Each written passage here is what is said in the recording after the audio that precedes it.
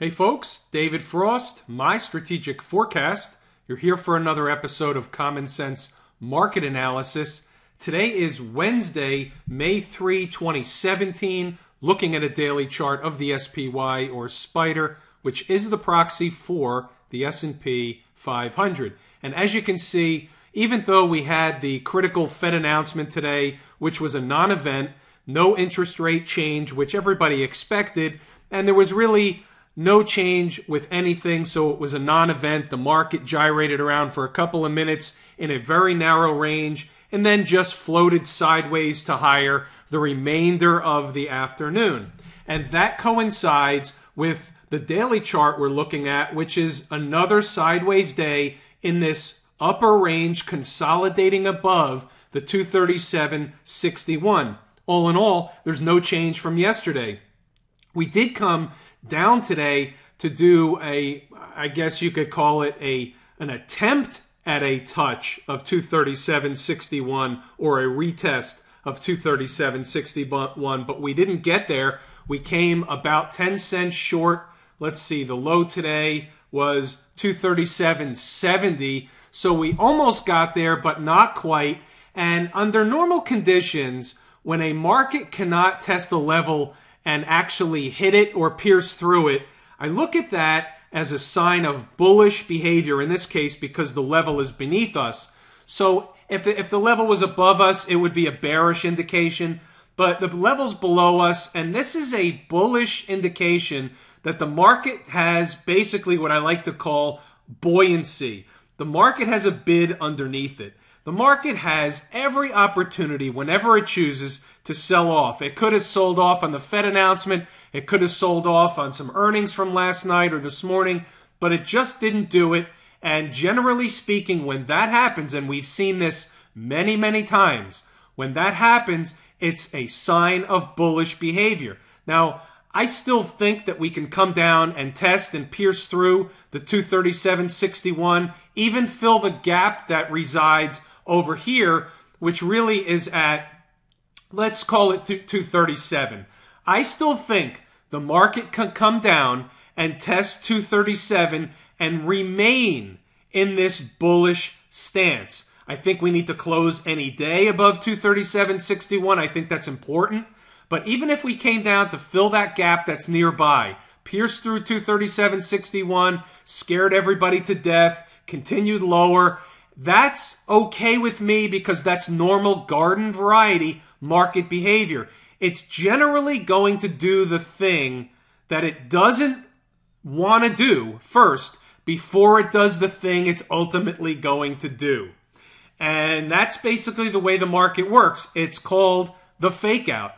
So it's the expect the unexpected. I'm not going to be surprised if we dip down and fill that gap, for example, go down to 237 for argument's sake, and then reverse back higher. I think that would be a buying opportunity down there. I think that would be a potential fake out area down there. We've read this book before, seen it happen so many times. So I'm not closed to the idea that we still have some downside in this market.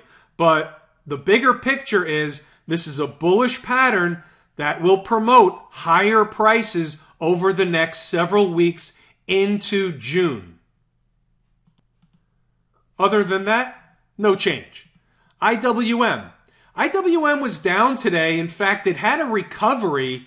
And when you see here, the Spider also had a little bit of a rally in the afternoon. But you can see here, we made a lower low in the afternoon from the morning session in the IWM. When you look at the Spider, it did not make a lower low. It made a higher low. So that's a bit of a divergence. That's interesting. Intraday, it looked to me like the market was going to break down when the IWM was selling off. It made this lower low, and then took off. So we'll see. That could be a sign of a little bit of trouble to come. The Spider was down 22 cents today, or less than 0.1%. But the IWM was down 0.7%. Again, the weaker index, the leading index is down again, leading the markets, or at least promoting the idea that the markets are going lower. At this stage of the game, I wouldn't be surprised to see the IWM fill this gap down here that's right around 136.70. The moving averages are at 137.28 on the 20 period, and the 50 period is 137.09. So anywhere down in this general zone would be an area I wouldn't be surprised to see the IWM test and put in a low, I'll mind you. So in my book, the market's still bullish, even if we do test some lower levels that are pretty close by. They're not far away. I'm not expecting anything more in the SPDR and the IWM than we just discussed. In the transports, we were down 20 bucks today. No big deal, 0.2%. Again, this is a bullish pattern that's building energy for higher prices. That's the way we have to read this. It was an inside day, meaning the high and the low today was inside yesterday's high and low. And what that tells you is nothing much going on. So there's no change from yesterday. This is the same bullish pattern that we talked about yesterday. No new information available in the transports. I think something worth bringing up tonight is the XBD, or the broker-dealer index. And the reason why is because while the bond market was mainly flat today, we did see a decent bid across many of the financials today, and the XBD was up over 0.5%. And we know what the financials represent, which is a broad-based representation of the S&P 500. Without the financials, the market cannot rally, and unlikely to do so. And if the financials were weak and selling off, I would say that the market can't rally, and therefore we would be looking for lower prices. However, even on a day today when the market was slightly down, not by much, but slightly down, the financials rallied, and that may be, and we'll see what happens, but that may be just an early sign of a canary in the coal mine. What we are doing, however, is coming up to this red candle high that's at 220.25. So the other side of that is we've already gotten past that in the major market indices, the S&P 500 or the SPDR and the IWM. We've gotten past that breakdown point from the 21st of March. And with the XBD, we've yet to surpass that. So we obviously need to clear that level on a daily chart closing basis in order for the financials to be free and clear to trade higher. So the point I want to make here is, in looking at this, until and unless we can close above that level, I think that the major market is going to have a cap on it. Without the financials, they really can't, or it really can't rally. So therefore, we need to see a close above that level in the XBD. Very important. The other one that we might as well look at while we're at it is the XLF, which is the Financial Select SPDR ETF, which is more representative of the financial sector, not just the broker-dealers. But what you see here is that same March 21st red candle high at 24.38. We're really not even close. And what this is telling you is weakness in the market. I'm not suggesting that we can't rally and close above that. I'm just saying we have to in order for there to be any significant upside in the market. So what the financials ETF looks like it's doing right now is here's a up move and then a bullish pullback pattern, hopefully building energy for another move higher to bust through that important level. So that's what I wanted to bring to the forefront with the financials. Without the financials, the market's really not going very far on the upside. So we need to look at the broad picture around the world and around the markets to make sure that we have a clear picture on everything that's either pulling or pushing on the market. All right, let's head over to the gold market. And gold saw a sell-off today. Well, we don't need this. So gold saw a sell-off today, and what we did was the low today was 1236.40. I've got 1235.80. That was an old number that we had on the screen from a long time ago. So that's an important level. The 1235, 1236, 1237 in this neighborhood is an important level based on the activity in gold and based on the fact that we really only held the 1254.7 area, which was a breakout point for a day and a half or 2 days. That tells me that gold wants to and has obviously come lower, but wants to even come lower yet. And I'm going to say that we're probably going to see gold head down toward the 1200 area if we close below 1235 on a daily chart closing basis. So we'll see, keeping a close eye on it. Nobody should have been long gold, we know that. But we will be looking for a signal of a reversal when and if that does happen. Well, it's not an if, it will happen at some point. So when that happens, I'm looking for a reversal. But as far as I'm concerned, in my book, we have lower to go in gold. Really, the minimum right now would be 12 and a quarter, 1225, 1222 area. That's also going to be an important level for gold. So we may find support there, but what we're looking for is signals of a reversal when we do get down to that level. In silver, we've been looking at silver, and I said that the close below this double bottom here that was at 16,893 was important, and since we closed below that level, we had a sell-off, we're having a sell-off, and we're headed towards double bottom. This is the expectation that we may see something very similar in gold. So nobody should be surprised at the further decline in silver since we closed below this bottom area. All right, so it's playing out as we mapped it out for a couple of days. I'm going to cover GDX because I was supposed to cover it last night for one of the longtime members and I forgot, so I kind of screwed him over, and my apologies, Jeff, for that.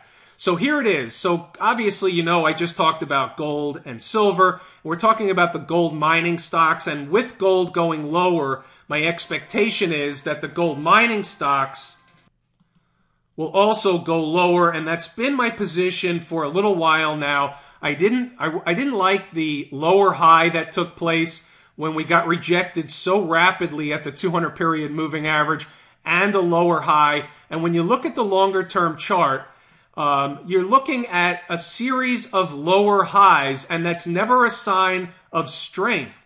So when I look at that, my indication, or my intuition, I should say, is that we're probably going to come down. And if this doesn't hold at 21 and a quarter, 21.30 in this neighborhood, which I don't think it will, then we're going to come down toward the double bottom area down here at 1858. And if we don't get there, we'll stop in between, maybe below 20. But I think we're going to head towards the $20 or below area. 1950 may be a spot that we'll be looking for signs of a reversal. Not looking to catch a falling knife here. If it's going to come lower, I'm going to look for signs of a reversal. When you look back at the daily chart, you know, this is building a bearish pattern, melting away in towards this level where this bottom area is, in and around this chart support here, that really comes in at the worst cases, we have to stay above 21.14. But the fact that we've been consolidating above this level and melting lower tells me the likelihood of 21.14 holding continues to be diminished each and every day that passes by. So that's why I'm looking down toward the $20 area and then 1858. This double bottom here. And that's the story in GDX.